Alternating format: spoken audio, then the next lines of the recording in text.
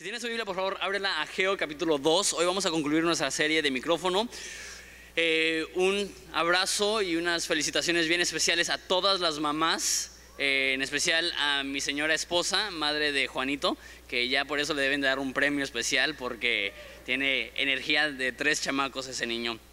Y también madre de la niña que está por venir, y también a mi santísima madre que está aquí junto a mí. Felicidades.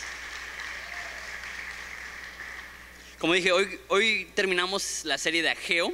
Solamente vamos a ver 4 versículos, entonces primero Dios va a ser algo más breve de lo que acostumbramos, y pues van a poder salir a comer o lo que vayan a hacer con sus mamás. Y si no está tu mamá, pues espero que puedas hallar convivencia aquí con otros hermanos cristianos. Y si eres mamá y no están tus hijos cerca, pues agárrate a alguien, aunque no lo conozcas, y diles, pues eres mi hijo postizo por el día, llévatelo a comer o algo así.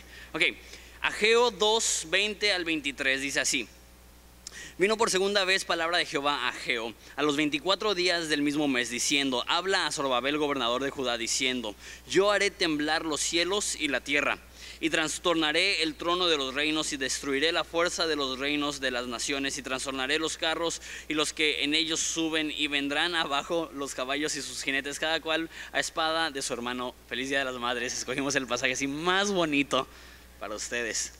En aquel día, dice Jehová de los ejércitos, yo te tomaré, oh Zorobabel, hijo de Salatiel, siervo mío, dice Jehová, y te pondré como anillo de sellar, porque yo te escogí, dice Jehová de los ejércitos. Oramos.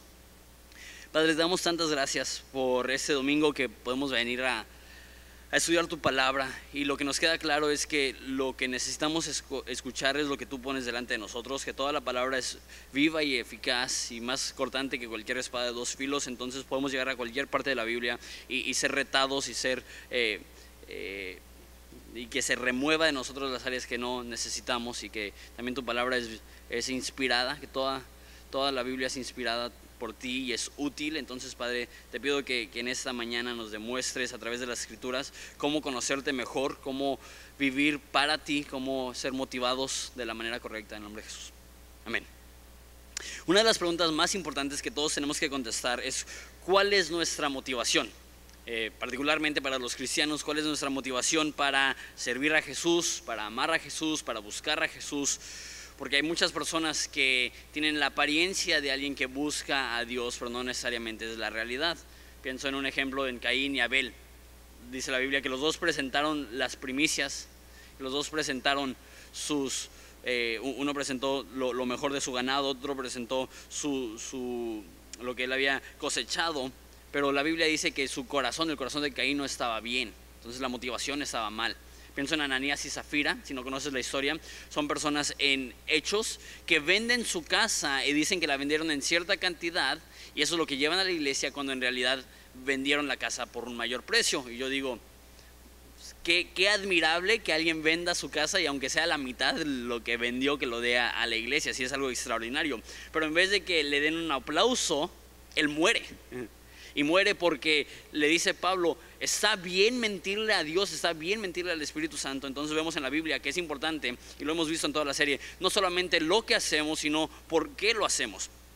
Porque muchas veces en la apariencia parece que estamos haciendo lo correcto, pero nuestro corazón está mal. Eso es lo que vimos la semana pasada, que son personas que ya están reconstruyendo el templo de Dios, pero Dios les dice: medita en tu corazón. O sea que ya estás haciendo lo correcto, pero tu corazón está mal. Y vamos a ver hoy cuál es la motivación correcta para servir a Dios. Hay una historia que contaba el pastor Spurgeon de Inglaterra. Él decía que había un rey que era noble, que era bueno, que era muy amado por el pueblo. Muy poco común que haya uno de ellos, pero era un rey muy querido. Y había un campesino muy humilde. Y él estaba en su campo y de repente saca una zanahoria de este vuelo. Y él dijo en ese momento: nunca en mi vida he visto una zanahoria tan grande. Y lo primero que pensó es: yo no le puedo dar nada de valor al rey. No tengo dinero, no tengo lujos, no le puedo hacer, pero nunca nadie le dará una zanahoria así de grande al rey, ¿no? Entonces él va feliz al palacio y lo recibe el rey, y le dice el campesino: esta es la mejor zanahoria que he tenido y la mejor zanahoria que jamás tendré. Quiero dártelo como un gesto de mi amor y mi admiración por usted. Y le dio la zanahoria. Y el rey se sintió honrado. Vio la zanahoria. ¿Esto de dónde lo sacaron, no? Y le dijo: tú pareces ser un buen campesino, tú pareces ser un buen granjero. Quiero ponerte a cargo de todos mis campos y que tú los manejes. Dijo la persona: pero señor, ¿cómo? No, yo quiero, tú me honraste y es obvio por la obra de tus manos que eres un buen granjero, un buen campesino, quiero darte esto. Y había una persona ahí en el palacio que supo de eso. Dijo: órale, pues si le das al rey una zanahoria, te da todos sus campos, ¿qué pasa si le das algo más? Entonces él se dedicaba a criar caballos, era un hombre muy rico. Y le lleva su mejor caballo, un caballo así grande, fuerte, el caballo más valioso que tenía. Se lo llevó al rey y le dijo: ese es el mejor caballo que he tenido, ese es el mejor caballo que jamás tendré. Quiero dártelo como un gesto de mi amor y mi admiración por usted. Y el rey discernió su corazón y vio que no tenía el mismo amor que la persona que dio la zanahoria, sino que porque vio que el rey le dio algo al de la zanahoria, trajo el caballo. Entonces el rey tomó el caballo y le dijo: gracias, y se volteó y se empezó a ir con el caballo. Y la persona que trajo el caballo se quedó un poco confundido y le dijo: disculpe, rey, ¿cómo puede ser que ayer alguien le dio una zanahoria y tú le diste todos sus campos? Y yo ahora te estoy dando un caballo y nada más me das las gracias. La respuesta del rey fue la siguiente. Dijo: el campesino me dio una zanahoria, pero tú te estabas dando a ti un caballo. O sea que el campesino venía con el corazón correcto, diciendo: yo quiero honrarte. Y aunque se veía más lujoso y más extravagante el regalo del hombre rico que trajo su caballo, la única razón que trajo ese regalo es porque él quería algo a cambio. No era por amor al rey. Lo mismo pasa con nosotros, que es bien difícil discernir si alguien realmente está amando a Dios con las intenciones correctas. Porque a nivel superficie, pues todos los que venimos en la iglesia nos vemos mínimos semi espirituales, ¿no? Estamos aquí. Nos despertamos, nos bañamos, la mayoría nos venimos aquí y llegamos y cantamos y levantamos las manos y todo se ve un poco similar. ¿Cómo sabemos cuáles son los que están aquí que realmente están honrando a Dios y cuáles son los que están aquí que solamente quieren aparentar? Eso es lo que hemos visto, como dije ya desde el principio de este libro, que había un pueblo que estaba estancado, que estaba apático, que estaba más fuera de sí, de lo que deberían de estar. En vez de estar trabajando en la casa de Dios, estaban remodelando sus casas. Y Dios les habla y dice: neta, está bien que tú estés en tu casa de lujo y mi casa es escombro, mi casa está en ruinas. ¿Y por qué servimos? Porque no es suficiente servir, eso lo vimos la semana pasada, que ellos estaban sirviendo y aún así Dios les reprende y dice: tú sirves, pero todavía no te estoy bendiciendo porque tu corazón no me está agradando, tu corazón no me está honrando. Y algo que al ver este libro me llama mucho la atención, hay dos cositas que me llaman mucho la atención que la mayoría de personas no hubiéramos notado a primera intención, y eso es el título que Dios se da. De hecho, son solamente 2 capítulos, es un libro muy corto. Pero en esos 2 capítulos, Dios se llama a sí mismo 14 veces Jehová Dios de los ejércitos. Lo repite: Jehová Dios de los ejércitos, Jehová Dios de los ejércitos, Jehová Dios de los ejércitos. Dando a entender, como este rey que fue honrado por esa zanahoria, que Dios merece ser honrado, que Él es el rey del universo, que Él es el rey de los ejércitos. Y la razón que las personas debían de reconstruir el templo no es porque necesitaban recuperar su orgullo nacional, y no es porque es lo correcto, y no es porque son judíos y necesitan un lugar para adorar. La razón más grande por la cual necesitaban reconstruir la casa de Dios es que ¿cómo puede ser que Jehová es Jehová Dios de los ejércitos sobre todo el universo, y vas a ver su casa y su casa son escombros y su casa son ruinas? Por eso dice: está bien que yo no tenga ningún lugar y ustedes están en sus casas artesonadas. Entonces esa es una cosa que me llama mucho la atención, es cómo se presenta a Dios, Jehová Dios de los ejércitos. Y la otra cosa que me llama la atención es, si se puede decir así, el destinatario de las profecías. Esas profecías no van dirigidas tanto al pueblo, van dirigidas a 2 personas, que es Zorobabel y Josué. Eso ya lo vimos varias veces. aquí al final se va a enfocar en Zorobabel. Entonces, ¿quién es Zorobabel? Zorobabel es el gobernador de Judá, es el nieto del último rey de Judá. Entonces Dios le escribe a él, y Zorobabel es la persona que creo yo que no ha tenido la perspectiva correcta. Por eso Dios le habla, por eso Dios le corrige. Y vamos a ver la historia, sin más preámbulo.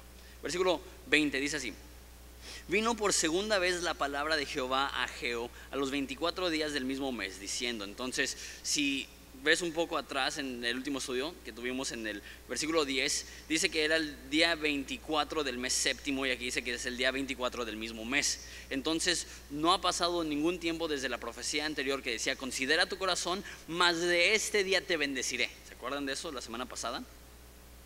Aquí, solamente unos cuantos días después, Dios le habla, y mira lo que le dice. Habla a Zorobabel, gobernador de Judá, diciendo: yo haré temblar los cielos y la tierra, trastornaré el trono de los reinos y destruiré la fuerza de los reinos y de las naciones, y trastornaré los carros y los que en ellos suben, y vendrán abajo los caballos y sus jinetes, cada cual por espada de su hermano. Unas cuantas cosas aquí. Eso se ve muy negativo, ¿no?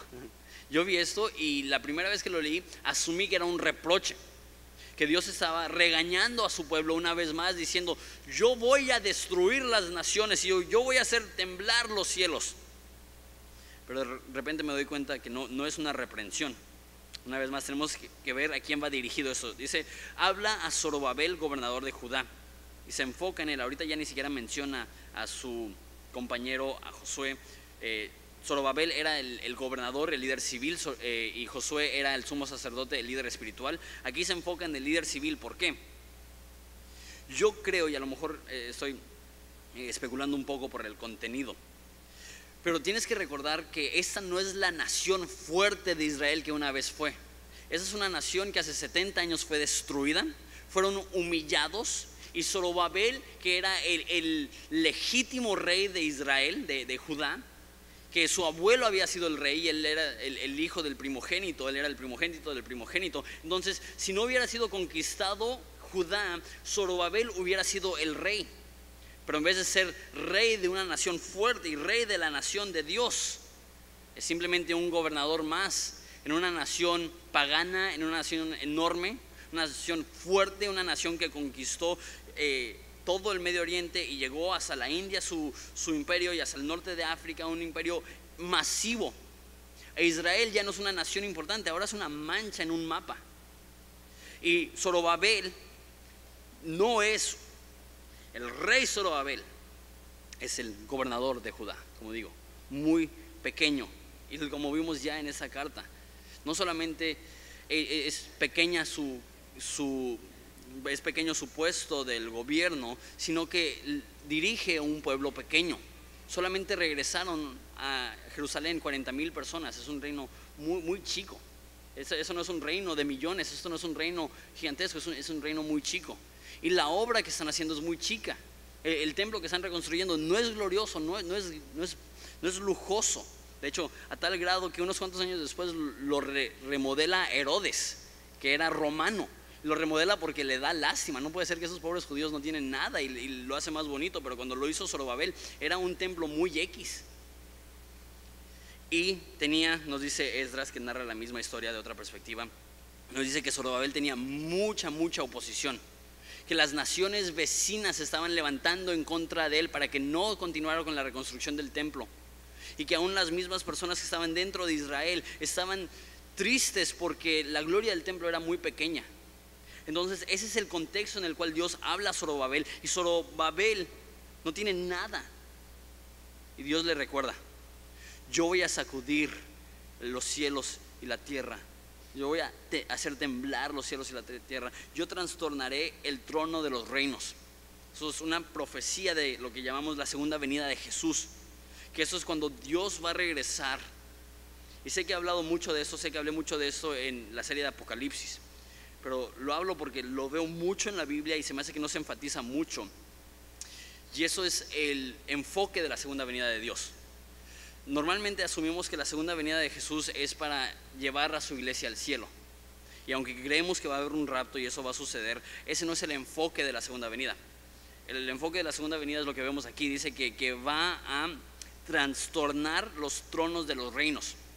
O sea, lo vimos en Apocalipsis, que cuando regrese Jesús se van a reunir todos los reinos en contra de Jesús y Él los va a destruir, dice la Biblia, que con la espada aguda que sale de su boca. Entonces Él destruye a sus enemigos y Él establece su trono en Israel.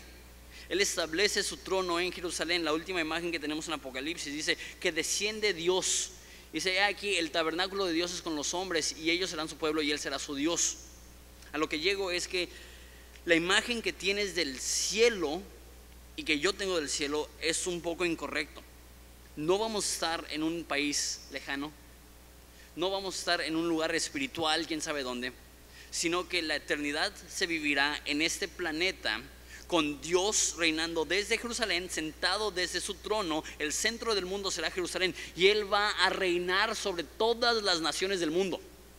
Entonces está diciendo Zorobabel, lo que tú ves ahorita es chico, lo que tú haces ahorita es chico, el pueblo que tienes es pequeño, la obra que haces no es lujosa, pero va a venir el momento en el cual en este piso que estás pisando, en este suelo donde estás trabajando, yo estableceré mi reino y mi trono y voy a regir sobre todas las naciones.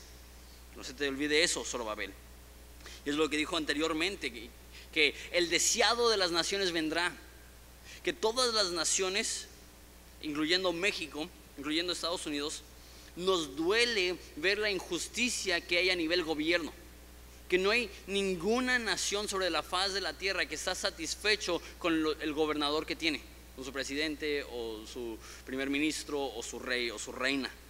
¿Por qué? Porque son humanos que fallan, que pecan, en los peores casos que abusan, que roban.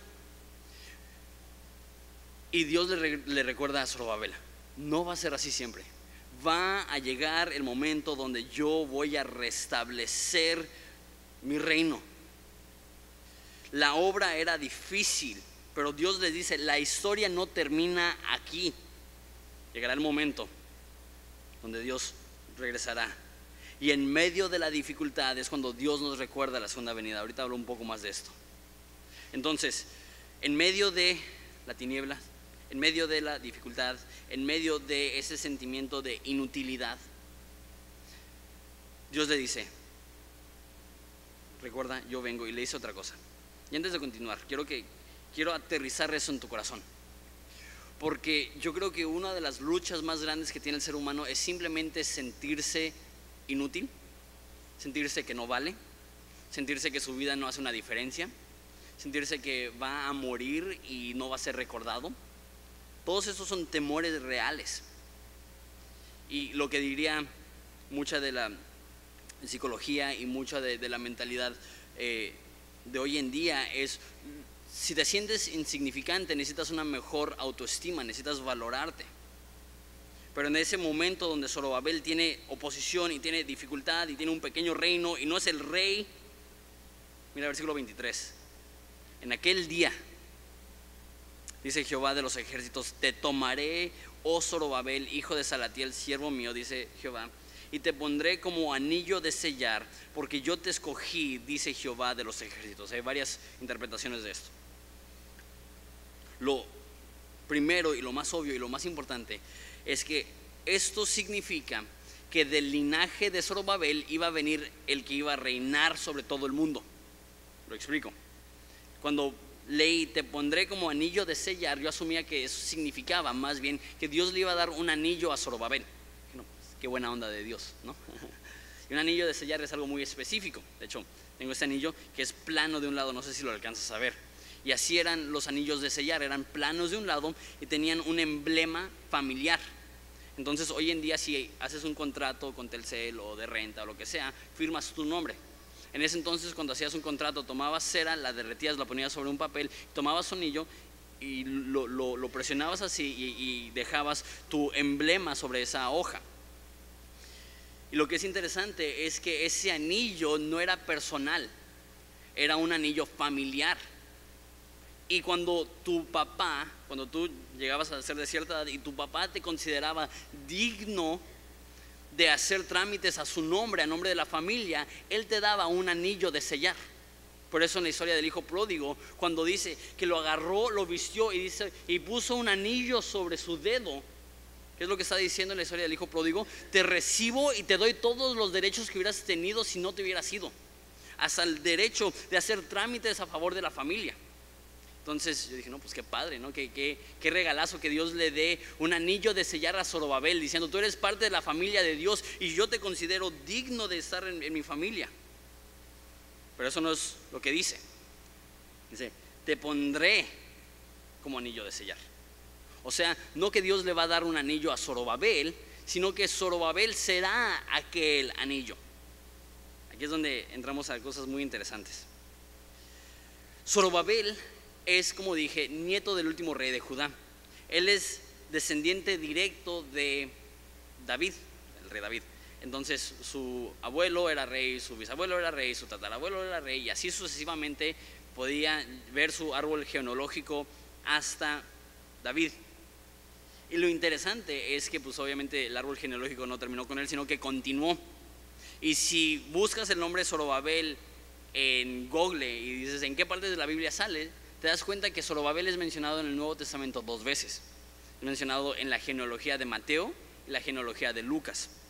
La genealogía de Mateo da la descendencia, el árbol genealógico de José, papá de Jesús, y Lucas da el árbol genealógico de María, mamá de Jesús. Y lo que es interesante es que son las mismas personas hasta Zorobabel. Entonces Zorobabel fue el tatarabuelo, como 8 generaciones de Jesús por parte de José y por parte de María. No solamente eso, él fue el último descendiente directo, real, por decirlo así, de David. O sea que ya sus hijos tuvieron hijos, pero ellos no eran los primogénitos, o sea que no tenían la sangre real. Entonces la última sangre real que hubiera tenido José, papá de Jesús, y María, mamá de Jesús, hubiera sido Zorobabel. Tenían ese vínculo en común. Se me hace interesante esto, que Dios va a poner a Zorobabel como anillo de sellar. O sea, lo que yo creo que está diciendo es que, porque mira cómo dice, Jehová Dios de los ejércitos dice, te tomaré y te pondré como anillo de sellar. Que es como si Jesús llegara y dijera, yo soy parte de esta familia, yo soy parte de la familia de Zorobabel. La promesa que aquí le está dando es, Zorobabel, a través de ti Dios mismo podrá tener su descendencia. Que Zorobabel no tenía ni la más remota idea,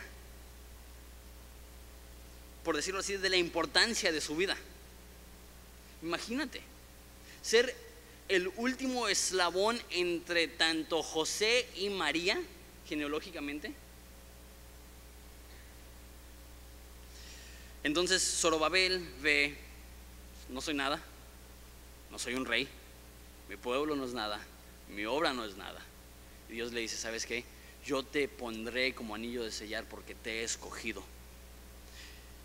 Que Dios escogió a Zorobabel, y aunque él ve mediocre, y aunque él ve nada, aunque él ve pequeño, Dios le dice, ¿sabes qué? Yo veo más que eso.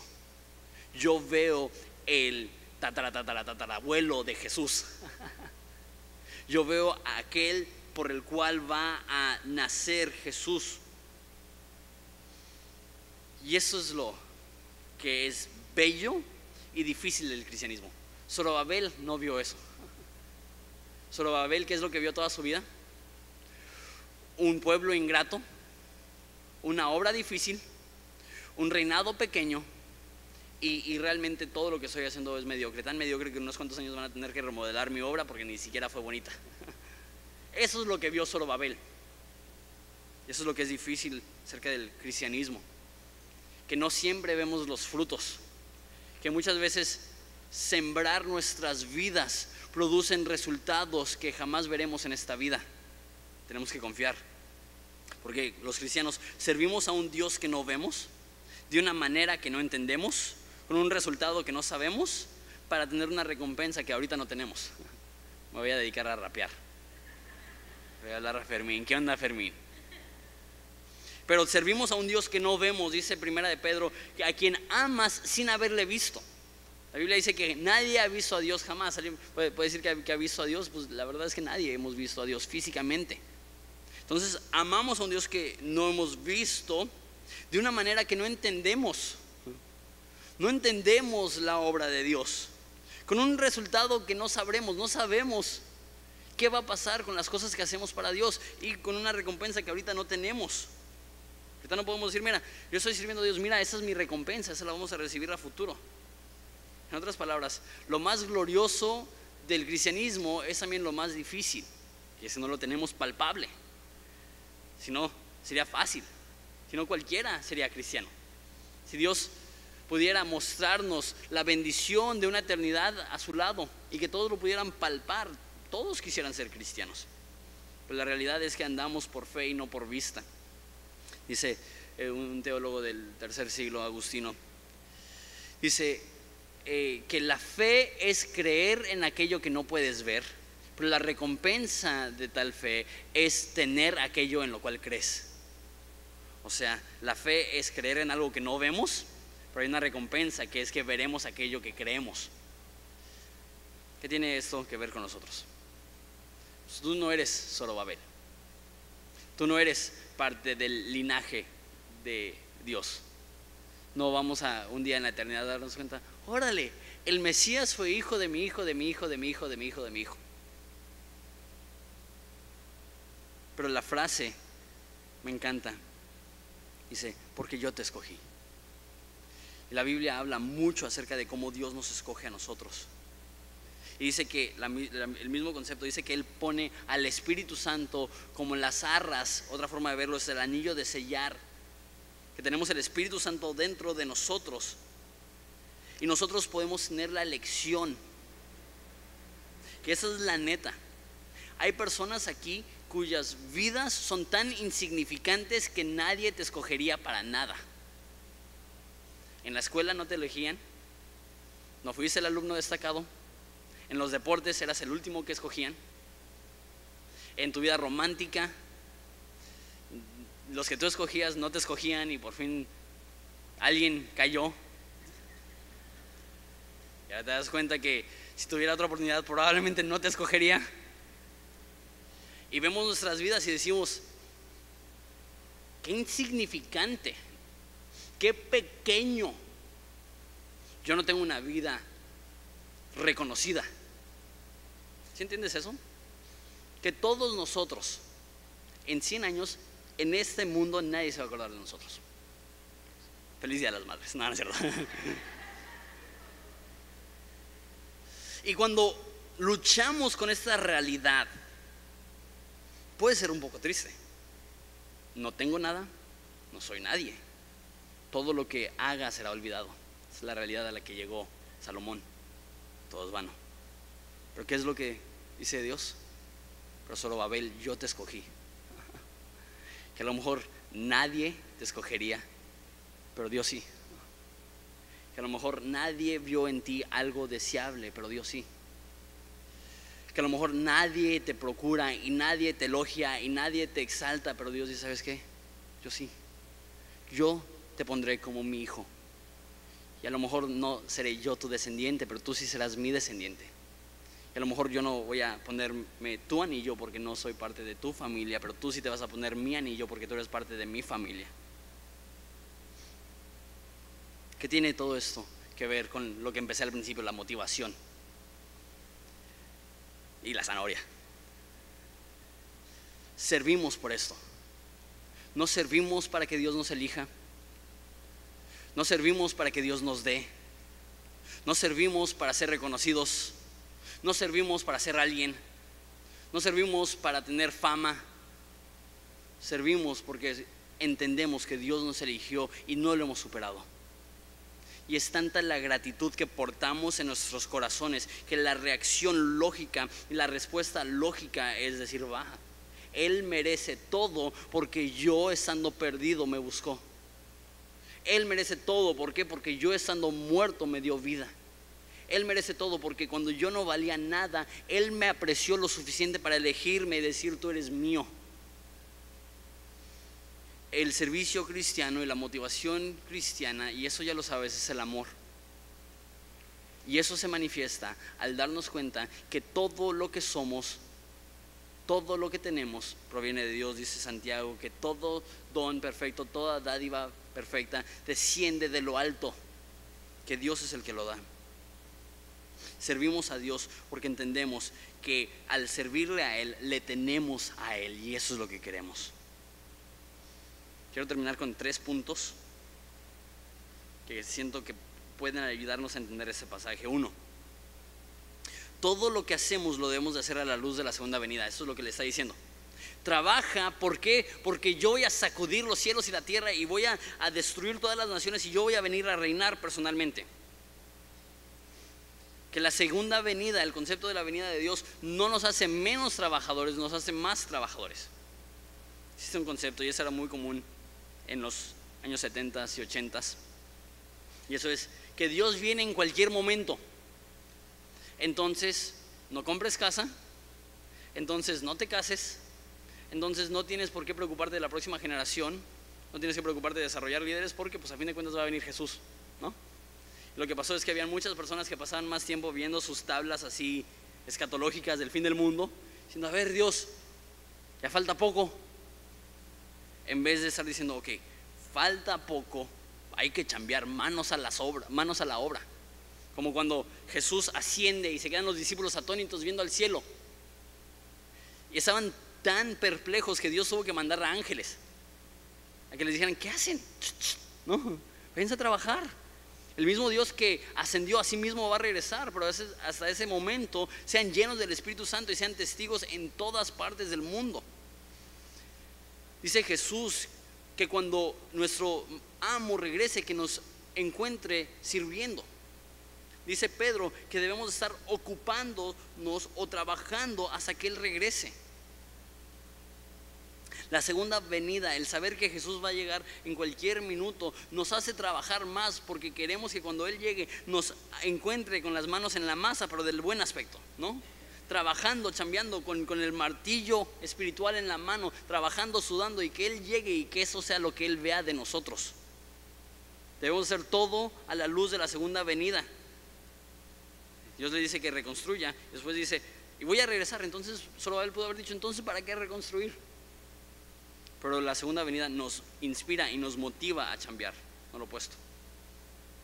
Punto número 2, toda la Biblia apunta a Jesús. Y por eso me tomo la libertad de decir que este rollo del anillo de sellar, de la promesa para Zorobabel, era Jesús, porque Zorobabel murió. Y de hecho, si lees el próximo libro, que es Zacarías, vemos que no mejoraron las cosas para Zorobabel. Siguió sufriendo, y después de que muere Zorobabel, hay una rebelión a nivel nacional, donde Malaquías tiene que llegar a reprender a toda la nación por estar mal. Zorobabel nunca pudo ver esto, pero en Jesús se cumplieron las promesas. Que toda la Biblia apunta a Jesús, que Jesús es el que le da valor a todo lo que hacemos, que de hecho me lleva a mi tercer punto, y con eso termino. A fin de cuentas, lo que importa no es nuestro éxito personal, sino que el trono de Dios sea establecido. A fin de cuentas, cualquier éxito que tú tengas, ya sea laboral, ministerial o familiar, no tiene importancia a comparación del reino de Dios, del trono de Dios. Como les dije, Dios entiende que todo lo que hagas en este mundo se va a olvidar. Y sí, todo lo que haces tiene una recompensa eterna, pero eso no es lo que Dios está buscando. De hecho, la parábola que dice que el que es fiel en lo poco, sobre lo mucho será puesto, la mayoría de gente interpreta eso como: si eres fiel con poquito, particularmente dinero, Dios se va a dar mucho dinero. Pero si ves la parábola, cuando llega al amo es en el cielo. Y es cuando Dios le dice: fuiste fiel en lo poco. O sea, lo poco no es 2 años o 1 año o 6 meses. Lo poco es toda tu vida. Y cuando seamos fiel en lo poco toda nuestra vida es cuando llegaremos ante la presencia de Dios y Él diga: bien hecho, buen siervo fiel, entra a la presencia de tu Señor. A fin de cuentas, lo que importa no es nuestro éxito, lo que importa es que el trono de Dios sea establecido en esta ciudad, en nuestras vidas, en este país. ¿Por qué servía Zorobabel a Dios? Porque él entendía que Dios lo valía. ¿Por qué servimos tú y yo a Dios? Porque entendemos que Él lo vale. ¿Por qué le damos todo lo que somos, por más chico que sea? O sea, una zanahoria. ¿Cuánto vale una zanahoria? ¿5 pesos? Pero el rey lo recibió con gusto porque él entendió, él lo está haciendo por amor. La Biblia dice: ¿quién le puede dar algo a Dios que Dios no tenga? Dice: ¿a quién le es deudor Dios? ¿Quién le puede decir a Dios: oye Dios, me debes? Dice: ¿qué te debo? Si yo soy dueño de todo.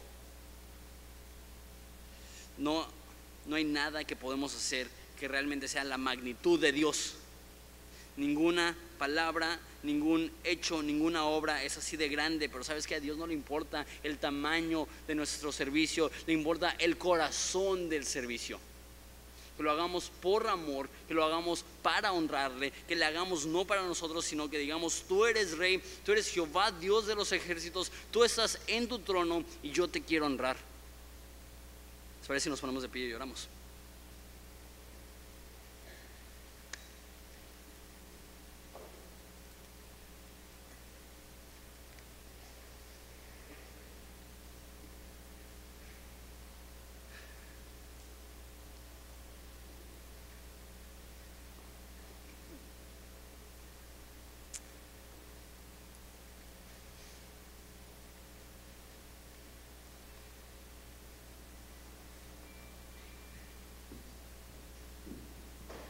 Padre, te damos tantas gracias. Y sé que esto es un pequeño shock, porque desde niños nos han mostrado que tenemos que ser sobresalientes, que tenemos que ser exitosos y que tenemos que tener un buen desempeño. Tenemos este espíritu de competencia, que queremos ser el mayor y el mejor. Ayúdanos a, como Juan el Bautista, decir: es necesario que Él crezca y que yo mengüe. Que lo que nos trae gozo no es lo que nosotros hacemos, sino el hecho que podemos ser agradables a ti porque tú nos has elegido, porque tú nos amas. Que hay personas aquí que batallan y dicen: nadie me procura, nadie me busca, nadie me ama. Demuéstrales que eso no es cierto.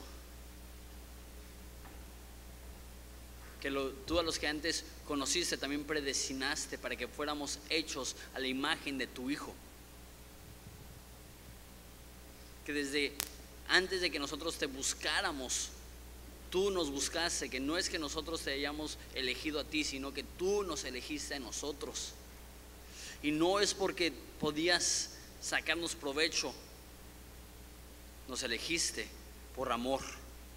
Y ahora nosotros, por amor, queremos honrarte con todo lo que somos, con todo lo que hacemos, con todo lo que decimos, con cada pensamiento, con cada acción. Jesús, ayúdanos a honrarte sobre todo, en el nombre de Jesús. Amén. Hola, mi nombre es José Michel, soy uno de los pastores aquí en Horizonte Ensenada, encargado del Ministerio de Producción. Si este ministerio ha sido de bendición para tu vida, nos gustaría que nos mandaras tu historia. Escríbenos a horizonteensenada@gmail.com. También, si quieres bendecir económicamente nuestro ministerio, puedes ir a horizonteensenada.org/dar. Solo te pedimos que lo que des no interfiera con lo que hace tu iglesia. Gracias.